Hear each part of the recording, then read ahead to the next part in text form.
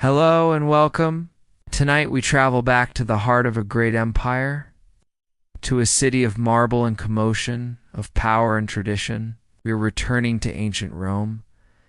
Our story tonight is not one of legions or emperors. It is about a ritual that is far more intimate and far more fundamental. We are going to witness a wedding, a complex and beautiful ceremony that was less about romance and more about the solemn transfer of property, family, and faith. So find your comfort. Allow the sounds of the modern world to fade. There is nothing you need to do. Know where you need to be. Simply rest and let the story begin. Our story begins in the year 10 BCE, within the bustling, noisy, and magnificent heart of Rome. We are in the atrium of a wealthy patrician home, a grand space open to the sky, its central pool, the impluvium. Reflecting the deep blue of the evening, we are following a young woman named Livia, who is 16 years old, and tomorrow is her wedding day. She sits quietly on a carved wooden bench, watching as the household slaves light the oil lamps for the evening, their small, warm flames beginning to dance in the growing twilight.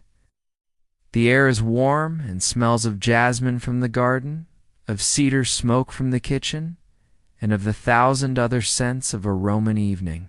Duh, duh, duh, duh. But Livia is only aware of the quiet, nervous beating of her own heart. For her, tomorrow marks the end of her entire world. She will cease to be Livia of the house of Fabius and will become the domina, the mistress of the house of Cornelius.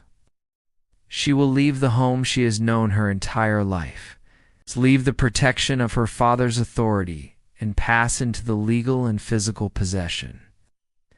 The manus of her new husband, a man named Gaius, whom she barely knows.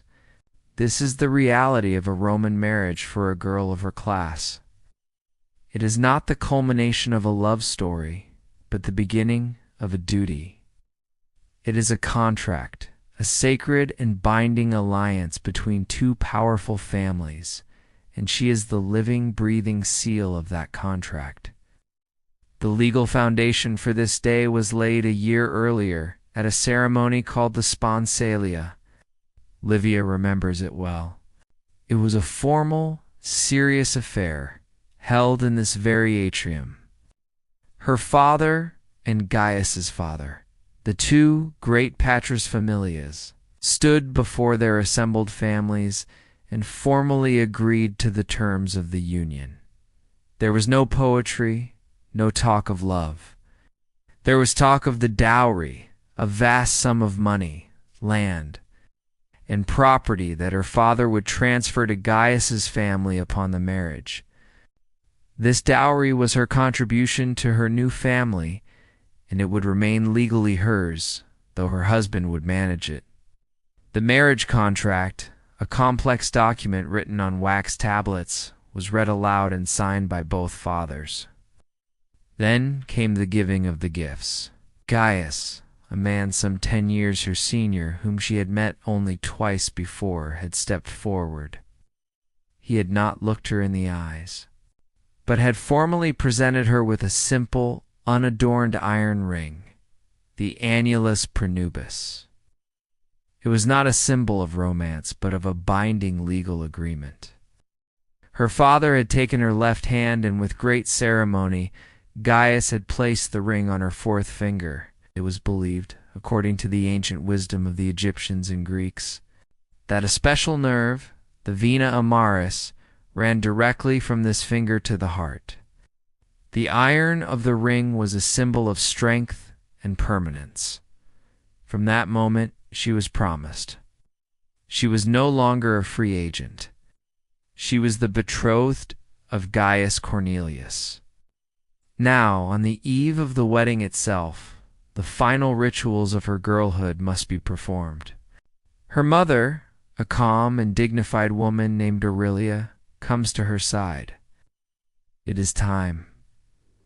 Livia rises and follows her mother to the household shrine, the lararium, a small, decorated niche in the wall of the atrium, where the spirits of the family's ancestors and the guardian gods of the home, the Larrys, are honored. Small terracotta figures of the gods stand in the niche, their faces blackened by the smoke of countless offerings.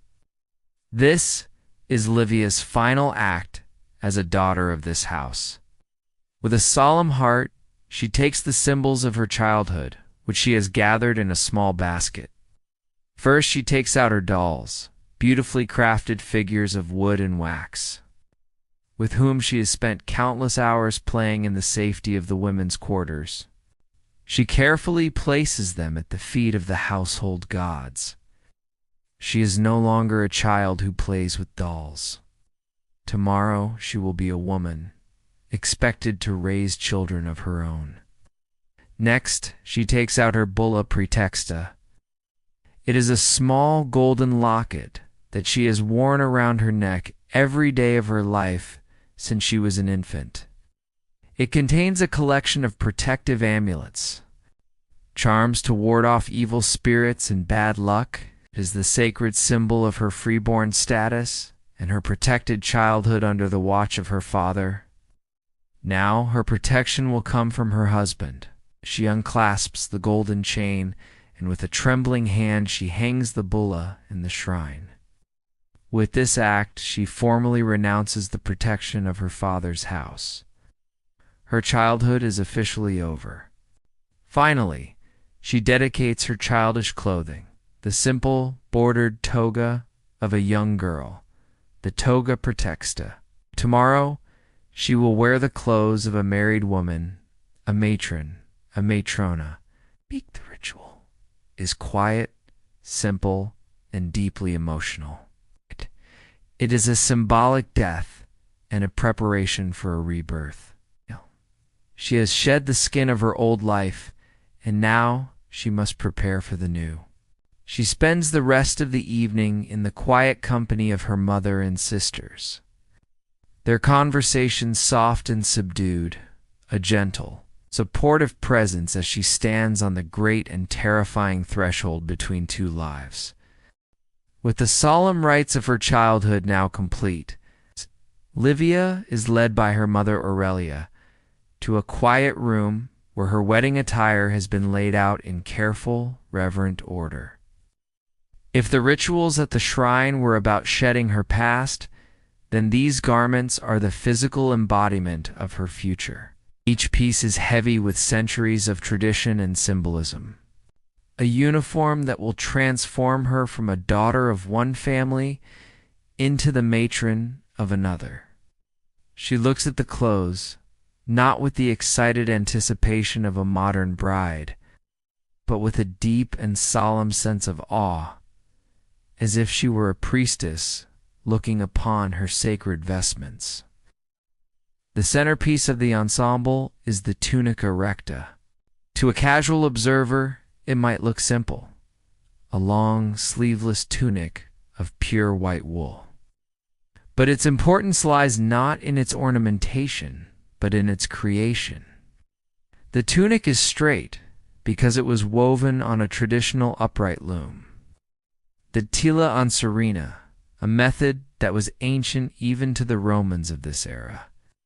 It was woven as a single, continuous piece, without a single cut or seam.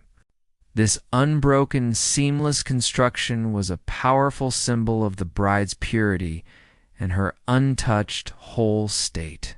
The tunic was a testament to the ancient domestic virtues, a reminder that the primary role of a Roman matron, even one of the highest class, was rooted in the traditional craft of weaving. The pure white wool itself was a symbol of chastity and piety, the color of priests and of sacrificial animals. As Livia touches the soft, thick fabric, she feels the weight of this expectation. She is to be pure, pious, and dedicated to the domestic arts. Next to the tunic lies the girdle, the cingulum. It is a long, simple sash, also woven of pure wool, but its significance lies in the knot with which it will be tied around her waist. It is a special ritual, not known as the nodus Herculaneus, the knot of Hercules. It is a strong, tight knot, a type of reef knot that is famous for being difficult to untie. According to tradition, only her new husband, Gaius, is permitted to untie this knot, and he will do so in the privacy of the bridal chamber on their wedding night. The symbolism is potent and twofold. Hercules was seen as a powerful protector of married life and was a legendary father of many children. So the knot served as a powerful charm to ensure the fertility of the new union, to bless the marriage with many strong sons, to carry on the family name. The act of the groom untying this famously tight knot was also a clear and direct symbol of the consummation of the marriage, a physical representation of the bride's final surrender of her virginity to her husband's authority. Perhaps the most visually striking and iconic element of the entire costume is the veil, the flammeum. It is a large, rectangular piece of fine, semi-transparent fabric, and its color is a brilliant, fiery saffron yellow or reddish-orange. When Livia is shrouded in it tomorrow, it will obscure her features, casting a warm, glowing, flame-colored light upon her face. The name flammeum is derived from the word for flame, flamma. This color is deeply symbolic. It represents the sacred flame of the hearth, which the bride will now be responsible for tending in her new home. The hearth was the spiritual center of the Roman household, the place where the family's guardian spirits, the Lares and Penates, resided. The color of the veil visually links the bride to Vesta, the eternal virgin goddess of the hearth, home, and family. The most revered of all the female deities in the Roman pantheon, it also connects her to the Flaminica Dialis, the wife of the high priest of Jupiter, who wore a veil of the same color, imbuing the bride with a sense of priestly, religious solemnity. Finally, there are the adornments for her head and her feet. A pair of simple sandals, also dyed the same bright saffron yellow as the veil, wait on the floor, and laid carefully on a small table is the wedding wreath, the corona nuptialis. It is not a grand golden tiara, but a simple, fragrant circlet woven from flowers and herbs that, according to tradition, Livia herself had to gather. She had spent a quiet afternoon in her family's garden collecting them. Verbena for its sacred and protective qualities, marjoram for happiness, and myrtle, a plant sacred to Venus, the goddess of love, beauty, and most importantly, fertility. The fragrant living wreath is a final prayer to the gods to bless their union with prosperity and, above all, with children. Livia looks at these objects, this collection of simple wool, bright dyes, and fragrant flowers. She understands that they are far more than just clothes. They are the instruments of her transformation. They are the uniform of her new life, a life of duty, piety, and domestic responsibility. Tomorrow, she will put them on, and she will cease to be the girl she has always been, will be wrapped in the symbols of a Roman matron, and she will walk out of her father's house to begin her new existence as the wife of Gaius Cornelius. She touches the soft wool of the tunic one last time, her heart a mixture of solemn pride and a deep, quiet, and profound apprehension. While Livia contemplates the symbolic weight of her wedding attire, a very different set of preparations is underway across the city. In the household of her betrothed, Gaius Cornelius. For the groom, the eve of the wedding is not a time of profound spiritual transition or tearful farewells. It is a practical and businesslike affair. Gaius, a man of 26, spends his evening not in quiet contemplation, but in a final meeting with his father and the family's legal advisors. They review the marriage contract one last time, verifying the details of the substantial dowry that Livia's family will transfer into their keeping. For Gaius, this marriage is the most important strategic move of his young life. It is an alliance that will bring his family great wealth, valuable political connections, and, most importantly, a young and healthy wife who is expected to produce a male heir to continue the Cornelius family line. He feels not the apprehension of a lover, but the cool, calculated sense of duty of a Roman nobleman fulfilling his obligation to his ancestors and his descendants. He does not think of Livia with any particular romantic sentiment. He has met her only a handful of times, always in a formal and heavily chaperoned setting. He knows that she is of good family, that she is said to be modest and well-educated in the domestic arts, and that she is considered comely enough. This is all that is required. The Roman concept of love and marriage amor was not something that was expected to pre-exist the union. Rather, it was hoped that a different kind of bond, a feeling of loyalty and harmonious partnership known as concordia, would develop over time through their shared life and duties. His main feeling towards his bride is one of mild proprietary curiosity. Tomorrow, she will become a part of his household, his responsibility, and his property under the law. Back in the house of Fabius, the mood is far more subdued and emotional. Livia joins her family for their final evening meal together. The food is simple, the conversation quiet. An air of gentle melancholy hangs over the table, a sense of an impending permanent change. Her father, a man of stoic patrician reserve, gives her some final words of advice. He does not speak of happiness, but of duty. He reminds her of her obligation to her new family, of the importance of being an obedient and faithful wife, of the supreme duty of bearing a son. It is a heavy burden to place on a young girl, but it is the same speech that has been given to Roman daughters for centuries. Her mother Aurelia says little, but her hand rests on Livia's arm, a silent, powerful gesture of maternal comfort and shared understanding. Later that evening, an important figure arrives at the house. She is the pronuba. According to Roman tradition, the pronuba must be a matron of impeccable reputation, a woman who has been married only once, an univira, and who lives in a state of harmonious concord with her husband. Her presence is a powerful symbol and a good omen for the new marriage. The pronuba, chosen for Livia, is a respected older cousin, a woman known for her piety and the smooth running of her household. She will act as Livia's official guide and chaperone through the complex rituals of the wedding day. Her arrival is a calming presence, a reassuring link to the established order of Roman matronhood that Livia is about to join.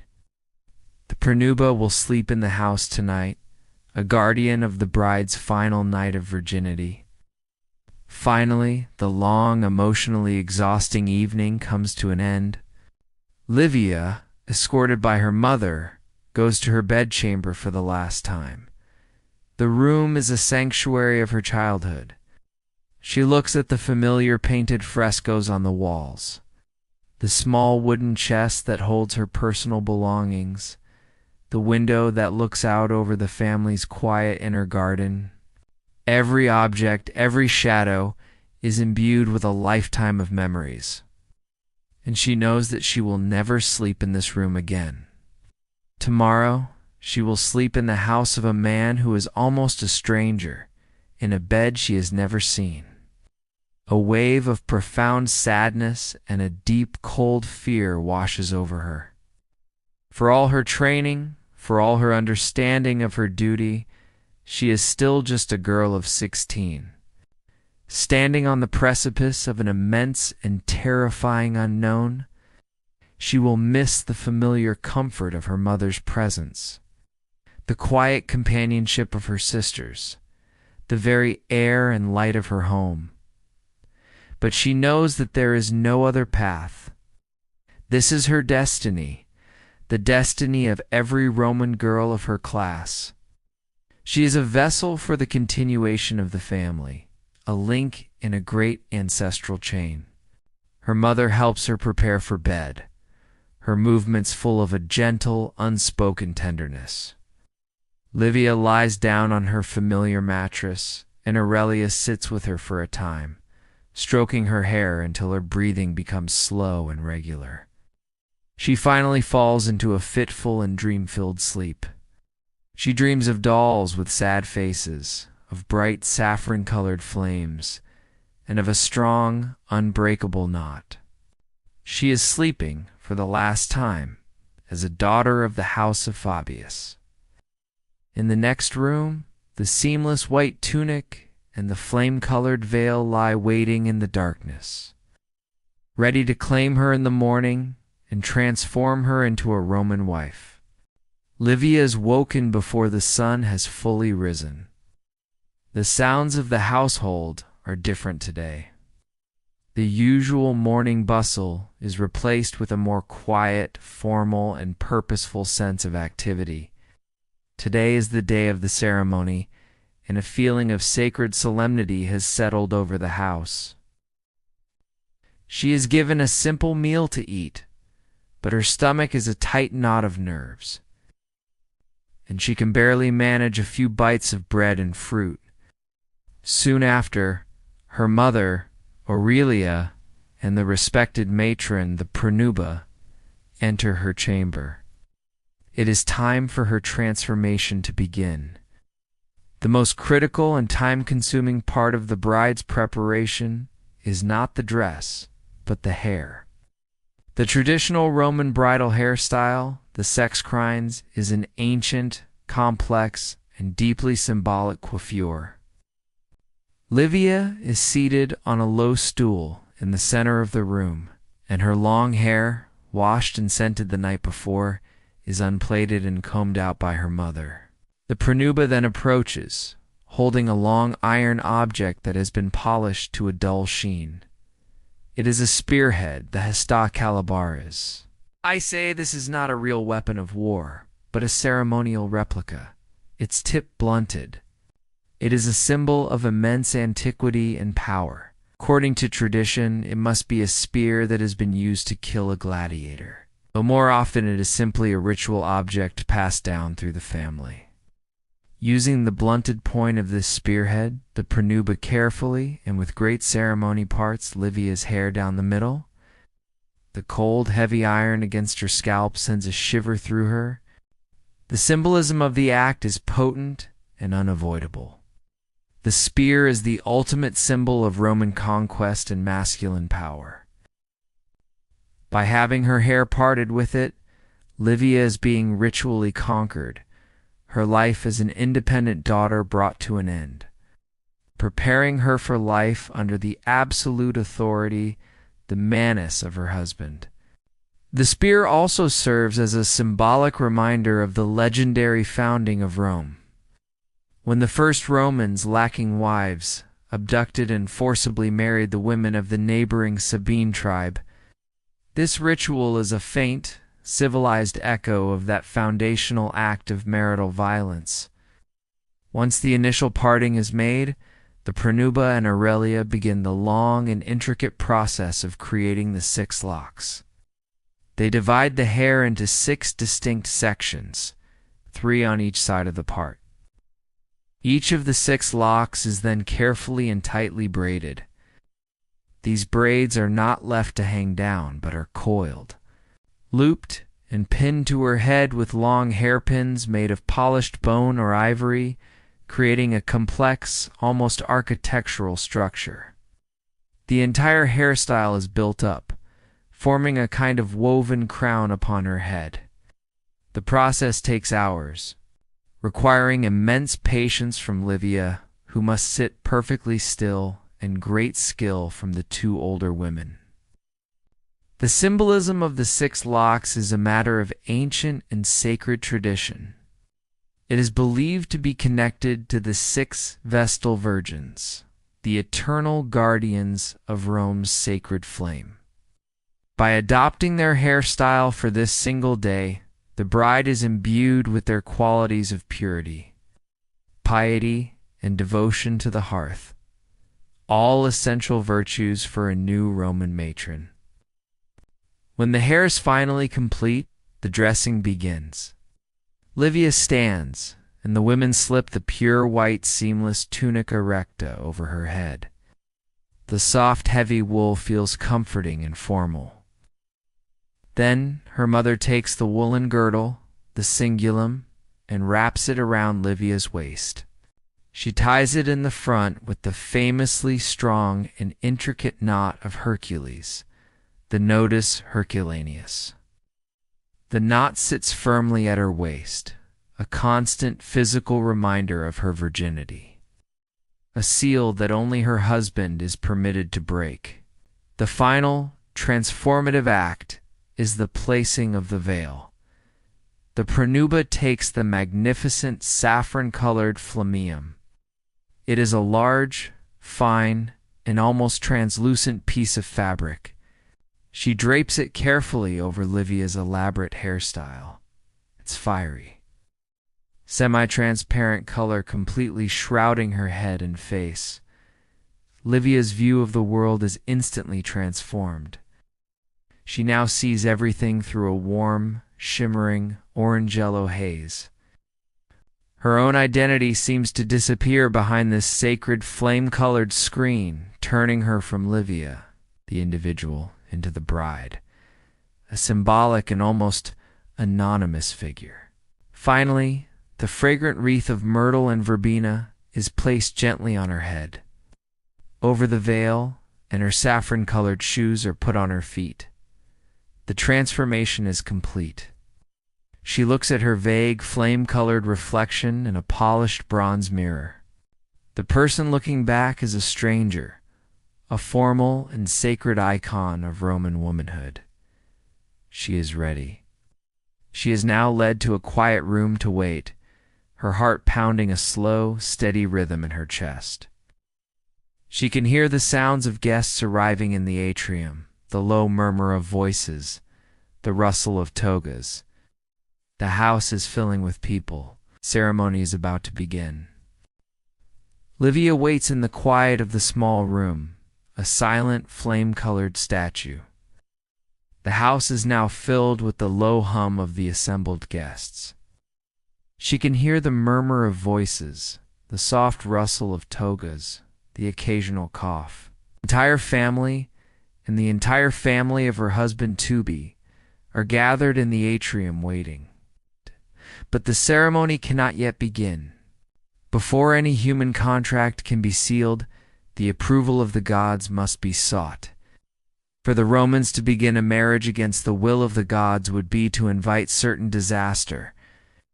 And so the entire household waits in a state of quiet, suspended animation for the results of the auspices. In the garden of the house, a sacred space has been prepared. An augur, a priest, specially trained in the art of divination, has been hired for the occasion. He is a stern, solemn man, his face a mask of deep concentration.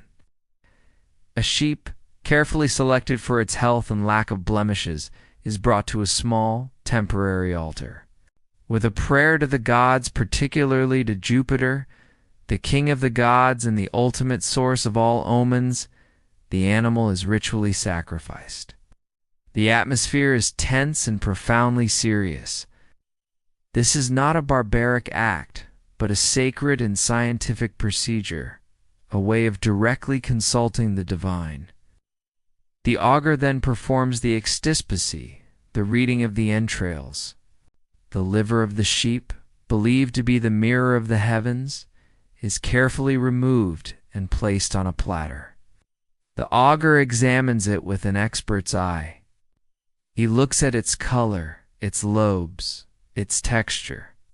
He searches for any imperfections, any spots or malformations that would signal the disapproval of the gods. A healthy, well-formed liver is a sign of omnia bona, good omens. A flawed liver would be a catastrophic sign, and the wedding would have to be postponed immediately. The fathers of both Livia and Gaius stand by, their faces impassive, but their stoic demeanors cannot hide the deep anxiety they feel.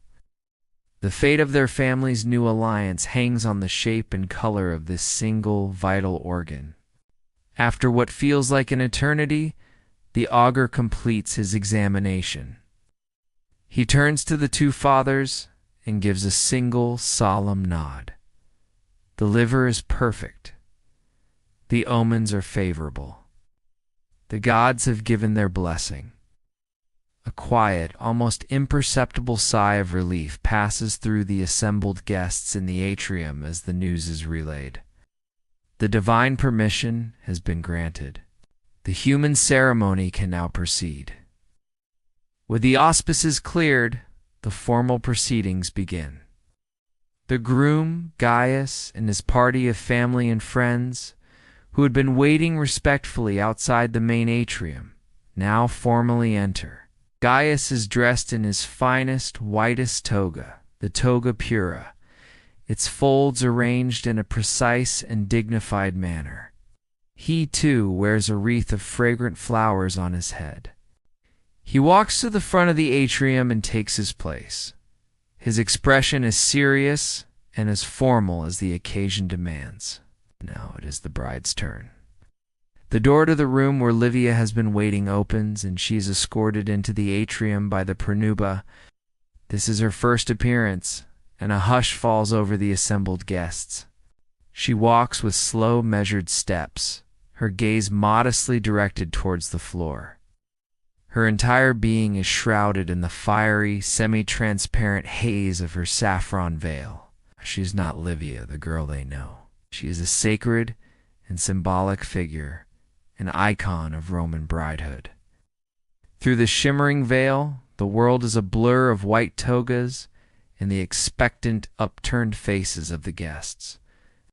She sees the figure of her father, and then, standing beside him, the tall, imposing figure of Gaius, her husband-to-be. She is led to his side, and she takes her place, her heart pounding a slow, heavy rhythm against her ribs. Before the central rite can be performed, the legalities must be finalized. A small table is brought forward, and upon it are placed the tabulae nuptiales, the marriage tablets. These are a set of hinged wooden panels, their inner surfaces coated with blackened wax.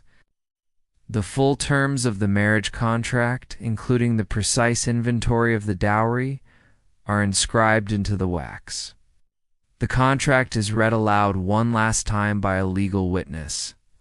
Then the two fathers, the patres familias, formally sign the document, using a stylus to scratch their names into the wax. But their signatures are not enough. A Roman marriage is a public affair, a contract that is witnessed and validated by the community.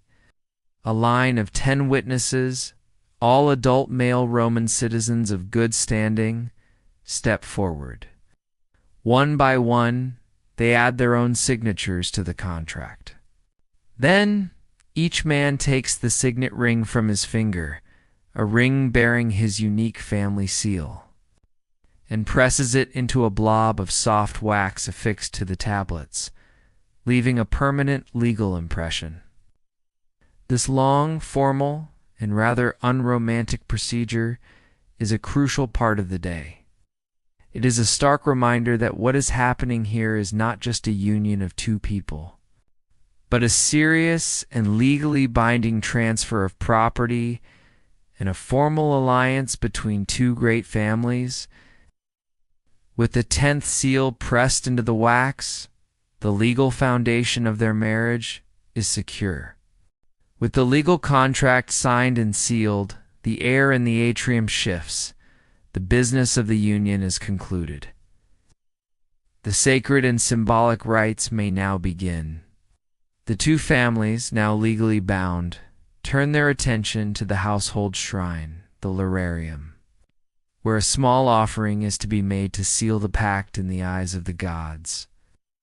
A prayer is offered to Jupiter, the supreme protector of oaths.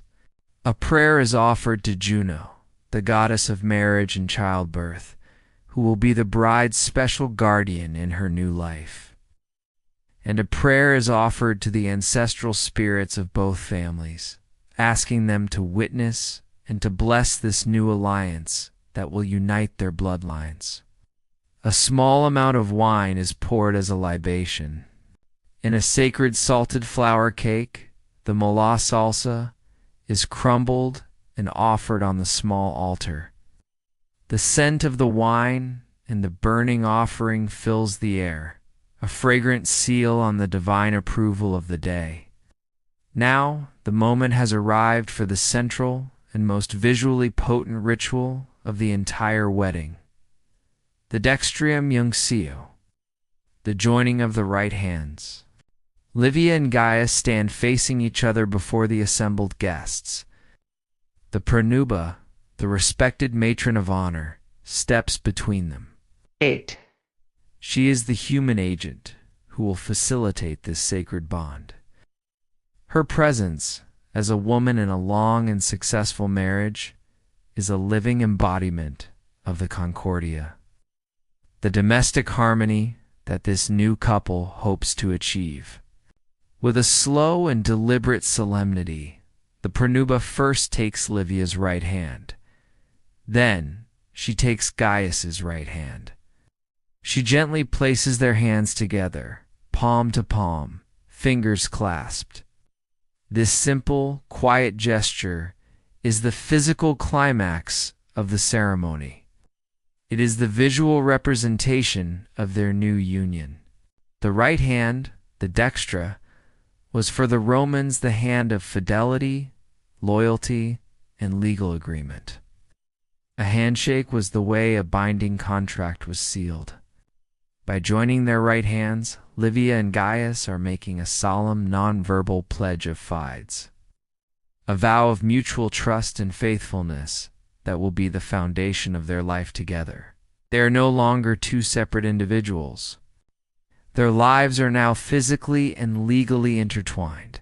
They stand for a long moment, their hands clasped, their eyes meeting for perhaps the first time this day. Through the shimmering haze of her saffron veil, Livia sees Gaius's face, serious and formal. He is her husband.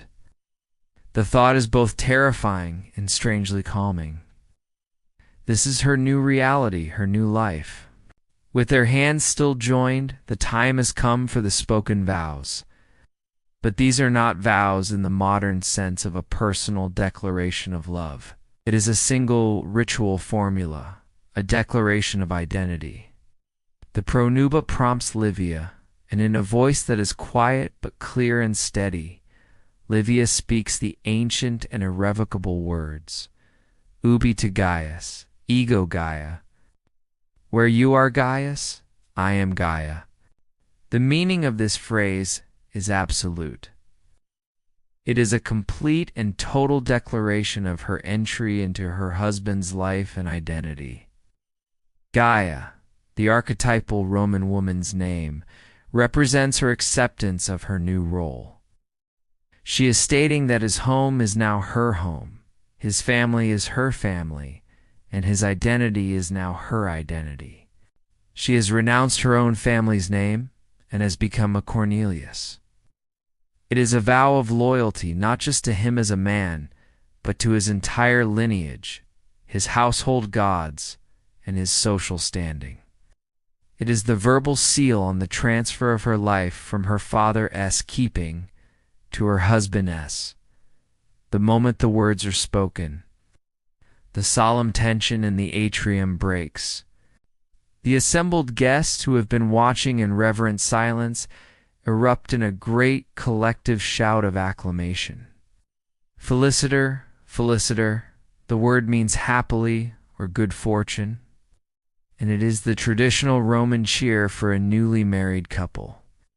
The sound is a joyous and welcome release, a wave of communal approval and good wishes that washes over the new couple.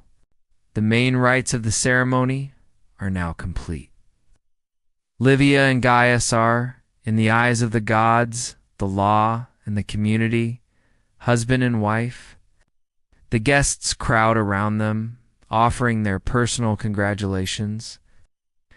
Livia stands by her husband's side, her hand still loosely held in his, as she receives the formal greetings of her new family members, the uncles, cousins, and brothers-in-law, who are now her kin. The solemn, sacred girl behind the veil is now a married woman, a matrona, and her public life has just begun. The quiet, introspective part of the day is over. Now the loud, joyous, and public celebration will begin, starting with the great procession that will carry her from her old life to her new one.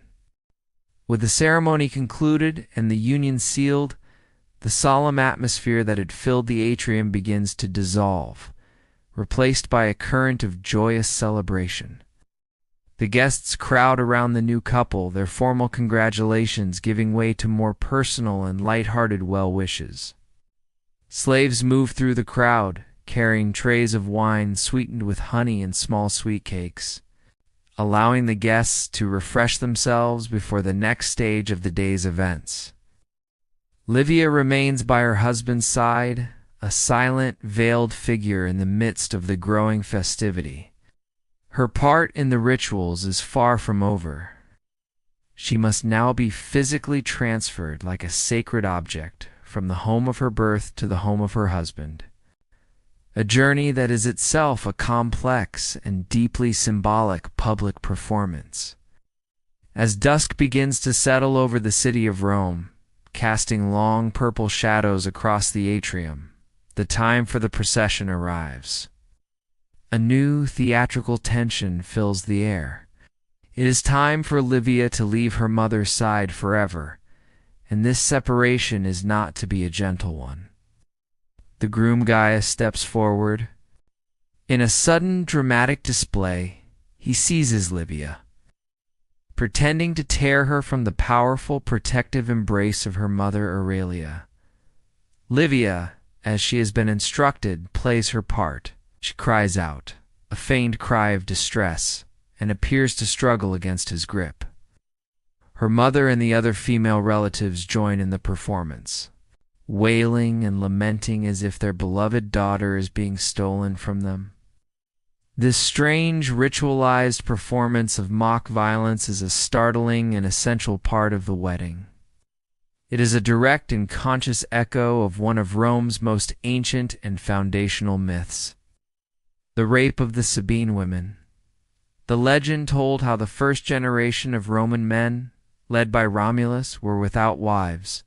To populate their new city, they invited the neighboring Sabine tribe to a festival, and at a given signal, they abducted the Sabine virgins, carrying them off to be their brides. This act of foundational violence was, over the centuries, tamed and ritualized into this symbolic performance.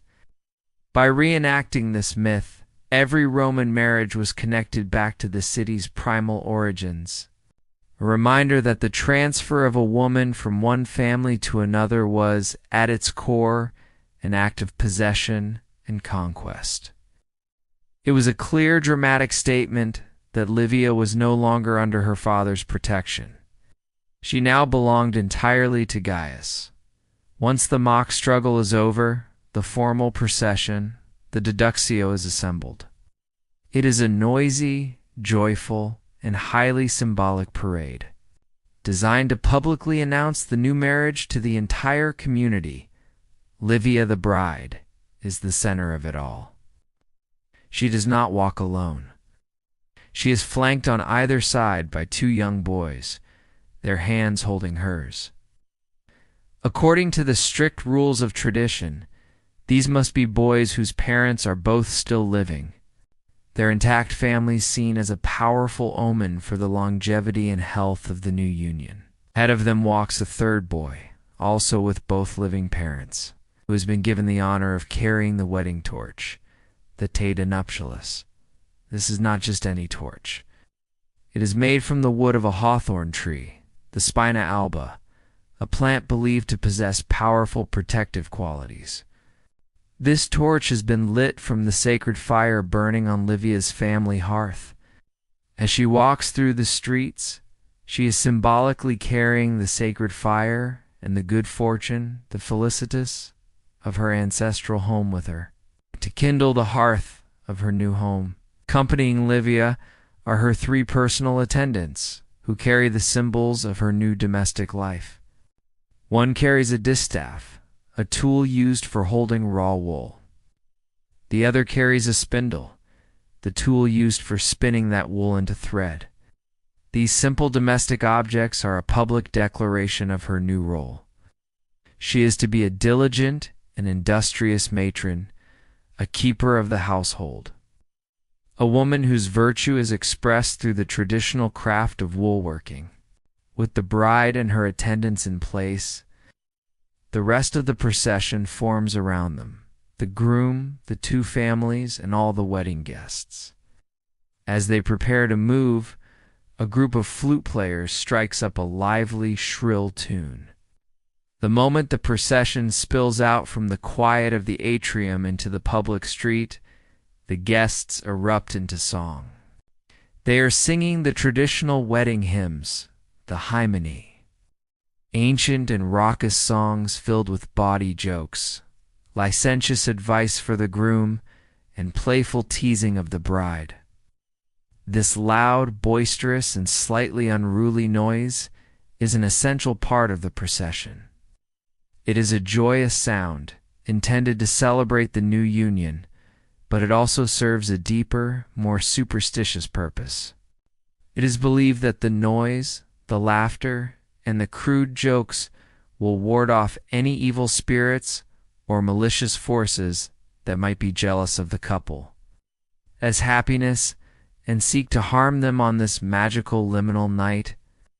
The procession is a river of light, music, and protective noise, safely guiding the bride through the dark streets of Rome.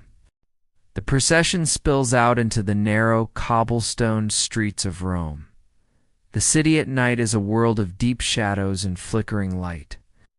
The sun has completely set, and the only illumination comes from the dancing flames of the wedding torches, which cast long, distorted shadows against the tall, dark walls of the insulae and the grand facades of the patrician homes. The journey is a river of light and sound flowing through the dark, sleeping city, and it quickly becomes a public spectacle. As the sounds of the flutes and the raucous singing echo through the streets, people emerge from their doorways. Shopkeepers, artisans, and families lean out of their upper-story windows, their faces illuminated by the passing torchlight, calling out their own cheerful and often crude good wishes to the new couple. For a Roman, a wedding procession is a welcome piece of street theater, a moment of shared community celebration. Livia walks in the center of this bubble of light and noise, a sacred figure at the heart of the parade. Her experience of the journey is muted, filtered through the shimmering, flame-colored haze of her flammeum. The world outside is a blur of dancing lights, dark shapes, and the indistinct, smiling faces of strangers. The sounds are a wall of joyous noise, the high, shrill melody of the flutes, the rhythmic clapping of the guests, and the boisterous, often bawdy, lyrics of the wedding songs. She is the absolute center of all this attention, yet she feels strangely detached, isolated in her own small, veiled world. She holds tightly to the hands of the 2 young boys on either side of her, their small, warm hands, a comforting anchor in this overwhelming sensory experience. Behind her, her new husband, Gaius, plays his own traditional role in the procession. He walks with his friends, and from a bag, periodically takes handfuls of small nuts, walnuts, and almonds and scatters them into the crowd. Particularly to the children who run alongside the parade, their eyes wide with excitement. This act, the throwing of the nooses, is another ancient and symbolic ritual. The nuts were the traditional toys of Roman children used in games much like marbles. By throwing them away to the crowd, Gaius is symbolically casting aside the last remnants of his own childhood.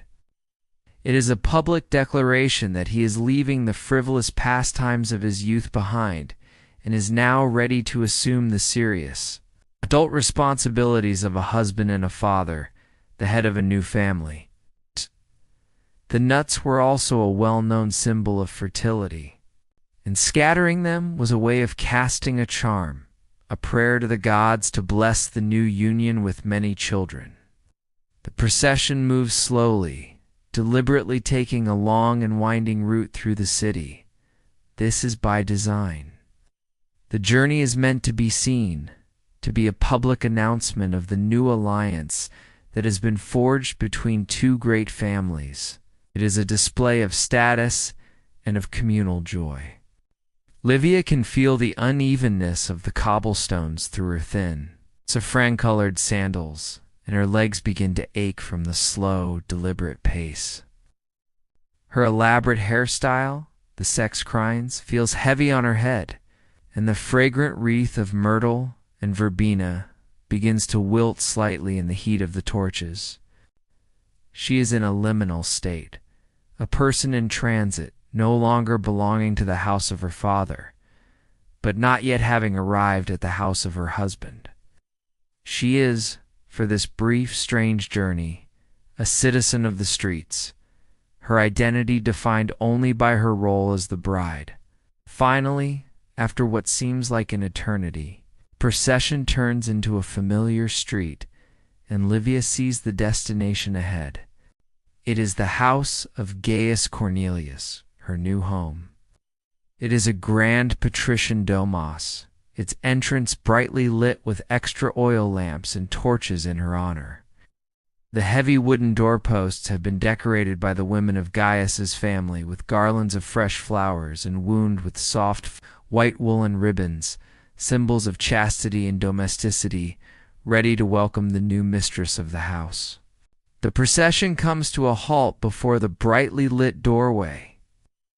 The music of the flutes and the joyous, raucous singing reaches a final crescendo. The journey through the streets is over, but the rituals of transition are not.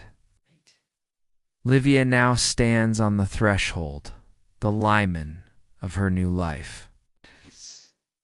This is perhaps the most spiritually dangerous and important moment of the entire wedding day. The threshold was, for the Romans, a sacred and perilous space, a place guarded by spirits, where the sacred and the profane, the inside and the outside met. She must cross it correctly to ensure a happy and prosperous future. The final crucial rites of arrival are about to begin. The procession has come to a halt before the decorated entrance of Livia's new home. The music swells and the crowd of guests presses in, eager to witness the final, crucial rituals of her arrival. Livia is led to the very edge of the threshold, the liman. She is about to perform her first acts as a member of this new household. Her attendants step forward and present her with two symbolic substances: a small pot of animal fat, often wolf's fat, which was believed to be a powerful ward against evil, and a vial of fragrant oil. With a solemn and deliberate motion, Livia dips her fingers into the fat and the oil and anoints the doorposts of her new home. She then takes a strand of pure wool from her attendants and ties it around the doorposts. This is her first official act as the new mistress of the house, the domina. It is a sacred, purifying ritual, a blessing meant to protect the entrance from bad luck and malevolent spirits. And it publicly signals her new role as a guardian of the family's domestic piety. With the doorway blessed, the most famous and most critical moment of the arrival is at hand. Livia must now enter her new home, but she is forbidden from doing so on her own 2 feet. This is a moment of great superstitious anxiety, for a bride to trip or stumble upon the threshold while entering her husband's house for the first time was considered a catastrophic omen, a clear sign of the gods' displeasure that would curse the marriage with unhappiness and misfortune from its very first moment. To completely eliminate this risk, a simple and absolute tradition was followed. 2 of Gaius's close friends or relatives, who have acted as his groomsmen throughout the procession, stepped forward. They position themselves on either side of Livia. Then, with a coordinated and practiced movement, they lift her clean off the ground. Livia, as she has been instructed, keeps her body still as they carry her, like a precious and fragile statue, up the few steps and clear over the threshold, her saffron-colored sandals never once touching the stone. This act is not just a practical way to avoid a bad omen. It is also another powerful symbolic gesture. It is a final reenactment of the abduction of the Sabines, a reminder that she is entering this house not entirely of her own accord, but through the strength of her new husband and his clan. It is a symbol of her helplessness in this moment of transition, and her complete reliance on her new family to guide her safely into her new life. Once she is safely inside the magnificent atrium, she is gently lowered to her feet. The sounds of the crowd and the flutes from the street outside fade as the heavy wooden doors are closed. She is now inside. Gaius, her husband, is waiting for her in the center of the atrium, his face illuminated by the flickering light from the household shrine. He steps forward and formally welcomes her. He does not offer a kiss or a modern embrace. Instead, he presents her with the 2 fundamental and sacred elements of domestic life: fire and water. An attendant hands him a small lit torch, its flame taken from his own family's hearth. Another brings a small, simple earthenware vessel filled with fresh water. Gaius offers them both to Livia. She reaches out, and with one hand she touches the water, and with the other she touches the flame. By accepting these 2 elements, she is formally and ritually accepted into his household. She is now a sharer of his fire and his water, a partner in his home and his life. The final act of her formal reception now takes place. Gaius's mother, a dignified and respected matron in her own right, steps forward. In her hands, she carries a large, ornate set of iron keys, the keys to the entire household. She presents them to Livia. This is the official and tangible transfer of domestic power. By accepting these keys, Livia is no longer a visitor, no longer a girl. She is the domina, the new mistress of the house. From this moment on, she is in charge of the household stores, the pantry, the chests of linen, and the management of the household slaves. It is a position of great power and immense responsibility. She is now the guardian of her new family's property, their comfort, and their domestic harmony. Livia takes the heavy iron keys, their metal cool and solid, in her hand. The long, public, and nerve-wracking journey is over. She has been successfully and safely transferred from her father's house to her. Husbands, she has passed over the threshold and has been formally accepted as the new mistress of the household. The solemn rites of the transition are now complete. The final stage of the long wedding day, celebratory feast, and the private rituals of the bridal chamber can now begin. With the solemn rituals of the threshold complete, Livia is now formally the mistress of the house. The heavy iron keys in her hand are a tangible symbol of her new status. The mood of the event now shifts decisively from sacred ceremony to joyous celebration. The guests, who had been respectfully silent during the rites of passage, now erupt in cheerful conversation. Livia is guided by her new husband Gaius, from the public space of the atrium into the more intimate setting of the triclinium. The formal dining room, where the wedding feast, the cena nuptialis, has been prepared. The room is a spectacle of patrician wealth and taste. The walls are covered in magnificent frescoes, colorful, lifelike paintings of mythological scenes and idyllic landscapes. The floor is a masterpiece of intricate mosaic work, depicting scenes of nature and geometry. The air is warm and fragrant, heavily scented with incense and the rich, savory aromas of the feast to come. The room is brightly lit by dozens of ornate bronze oil lamps, their flames casting a warm, flickering glow over the entire scene.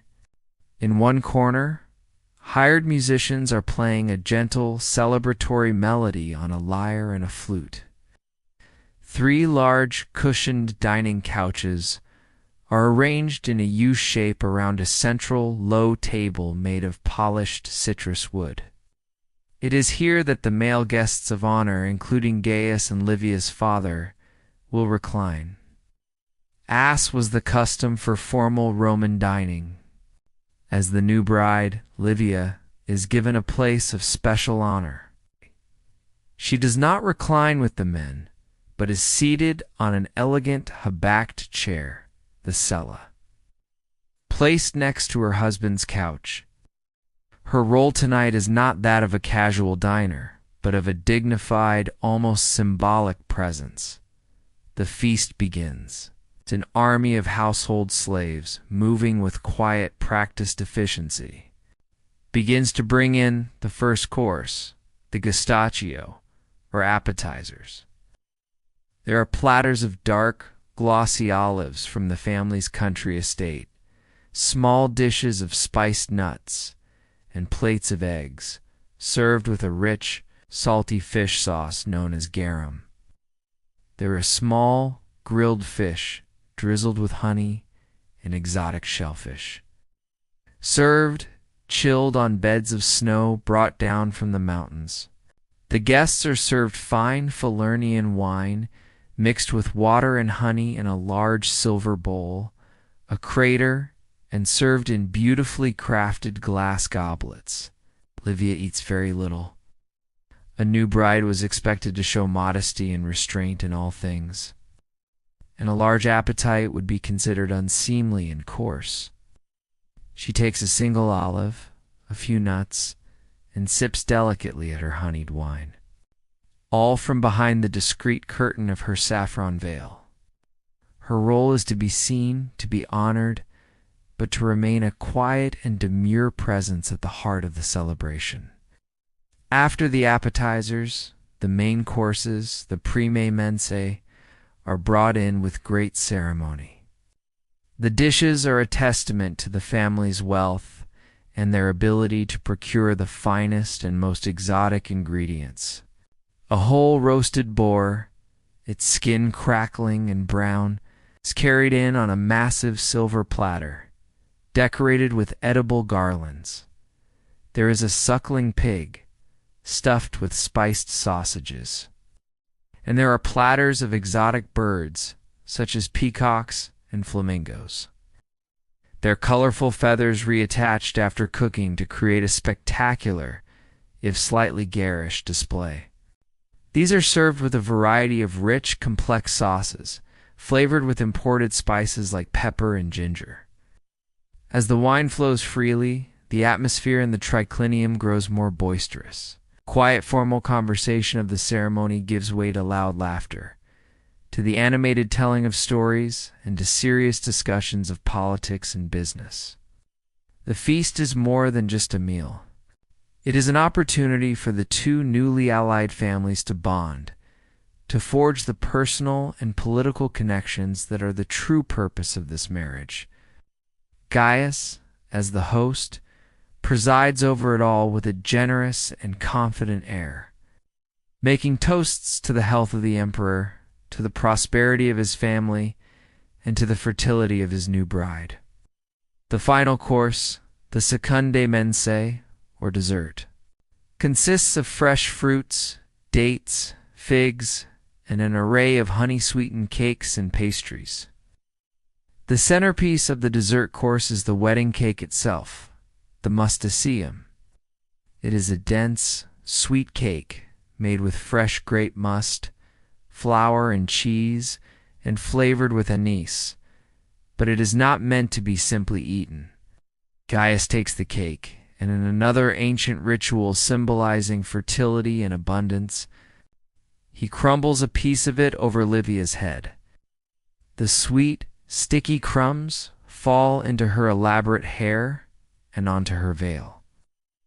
The guests laugh and cheer, and the remaining cake is then passed around for everyone to share.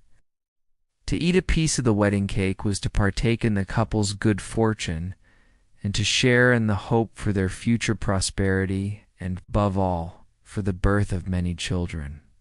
The feast continues late into the night, a loud, joyous, and wine-fueled celebration of the new union that has been so carefully and so solemnly forged.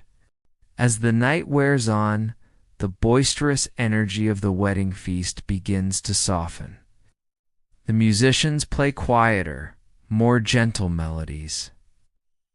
The guests, full of rich food and fine wine, recline on their couches in a state of contented lethargy. The final act of the long and exhausting wedding day is approaching. Transition from the public celebration to the private consummation of the union. A subtle, expectant hush falls over the room as the pronuba, the matron of honor, rises from her seat. Her face is once again solemn and formal. It is time to lead the bride to the bridal chamber. Livia is gently raised from her seat of honor. She is to be escorted to the cubiculum, the bedroom that has been specially prepared for her and her new husband. This is not a solitary walk. It is the final, small procession of the day. The pronuba takes her by one arm, and her own mother, Aurelia, takes the other. They are her guides in this final, liminal moment. The three young boys who carried the torch and held her hands during the street procession are once again called upon. Two of them walk ahead, while the third carries the ceremonial distaff and spindle, the symbols of Livia's new domestic duties, and places them at the entrance to the chamber. The room has been lavishly decorated for the occasion. The air is heavy with the scent of rose petals which have been scattered across the floor and on the bed. Oil lamps, burning a fragrant, perfumed oil, cast a soft, warm, and intimate glow. The centerpiece of the room is the marriage bed, the lectus genialis. It is a large, high bed, often made of fine, carved wood and decorated with ivory or bronze inlays.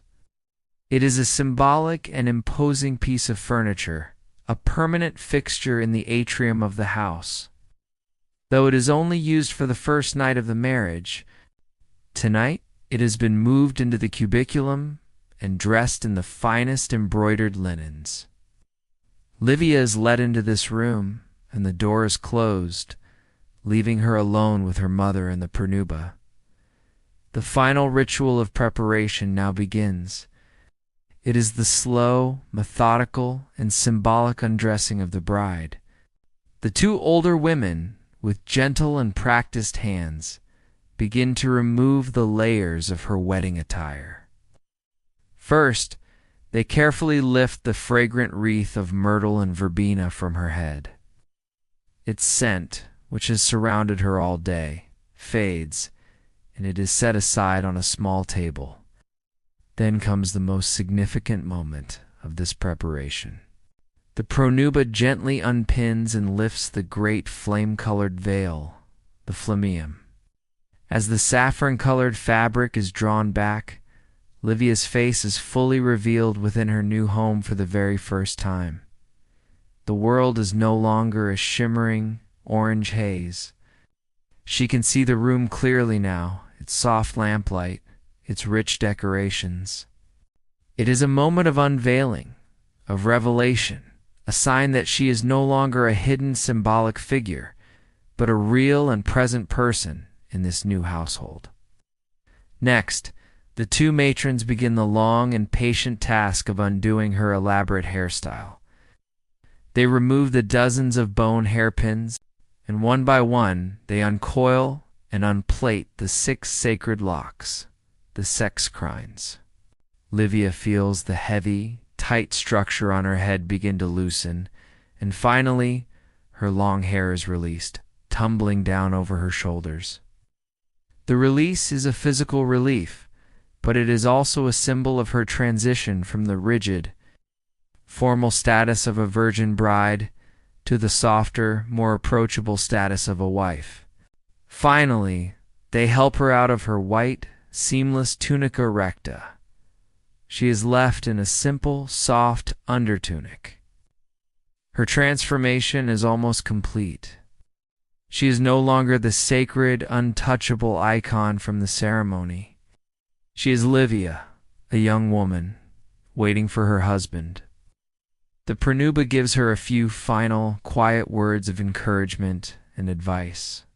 The ancient wisdom of Roman matrons passed down from one generation to the next.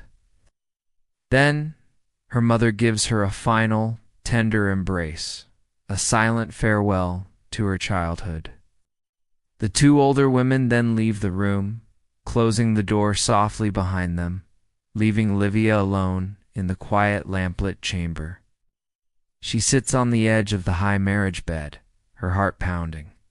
Outside the door, she can hear the guests escorting her husband Gaius from the feast.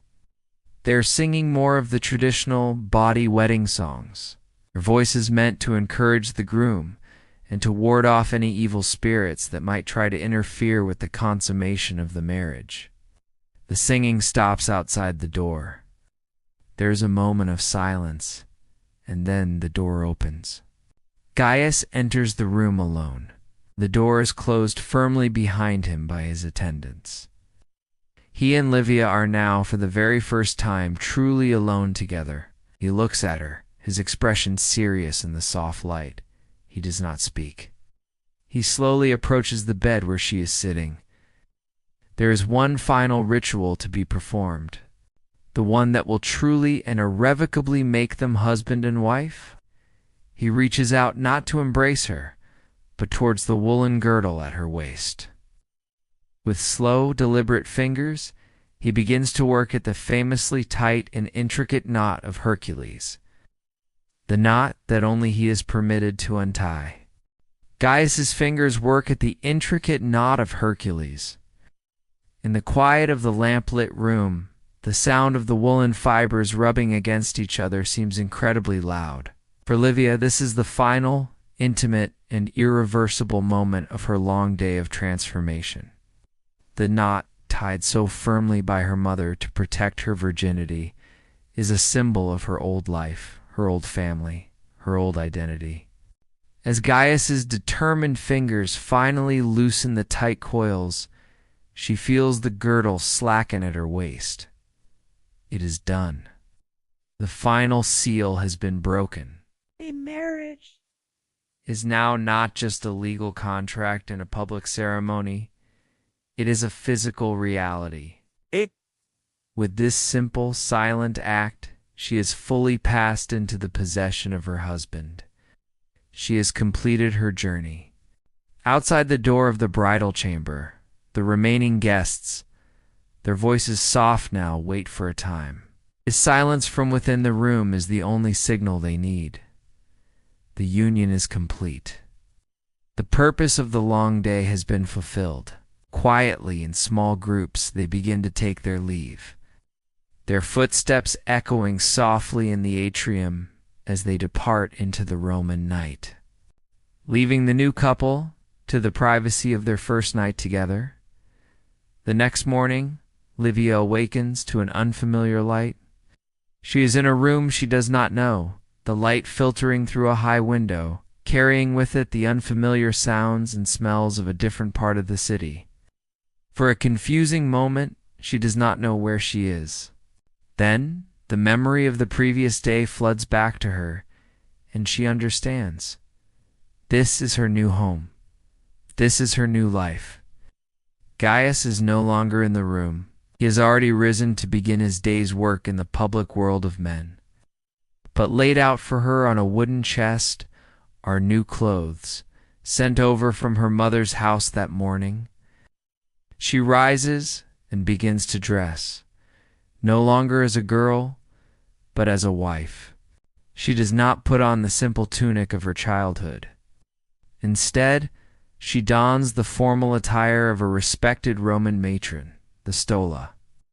It is a long, elegant tunic, usually sleeveless, that is worn over her under-tunic. It is a garment of great dignity, its long, flowing lines, a symbol of modesty and status. The exclusive dress of a Roman citizen's wife. Her hair, too, is no longer styled as a girl's would be. With the help of a female slave assigned to be her handmaiden, she styles it in the traditional manner of a mater familias, the head of the household's women. The hair is parted, pulled back tightly, and wound into a high conical bun on the top of her head, a style known as the tutulus. It is a severe, dignified, and unambiguous statement of her new rank.